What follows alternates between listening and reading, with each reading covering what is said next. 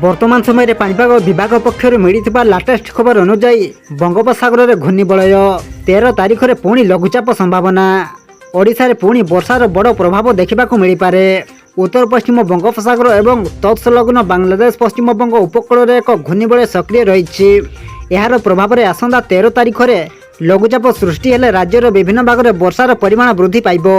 तेबे आसंतु वर्तमान समय पाणीपाग विस्तृत खबर पर नजर पकाइबा, किंतु ता पूर्वर वीडियो को गोटे लाइक करंतु एवं वीडियोटी को आपण मानक सांगसाथी मानक बहु मात्रा रे शेयर करंतु।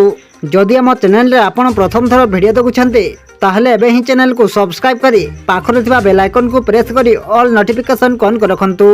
एवं आपण को अंचल रे वर्तमान पाणीपाग किपरि अछि हमको निश्चित भाव में गोटे कमेंट करे जणांतु, जहा द्वारा आमे आपण को अंचल उपरे परवर्ती समय रे नजर रखि पारिबो। विशेषकर उत्तर ओडिशा एवं यार पार्श्ववर्ती जिलागुड़िक आज राति मध्यम प्रबल वर्षा होबार संभावना रही बोली पाणीपाग विभाग पूर्वानुमान करिछि।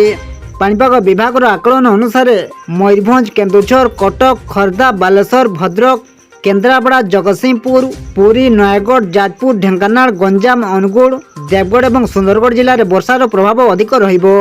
तेबे आज राति कटक और भुवनेश्वर ट्विन सिटी रे तीव्र वृष्टिपातर संभावना रही।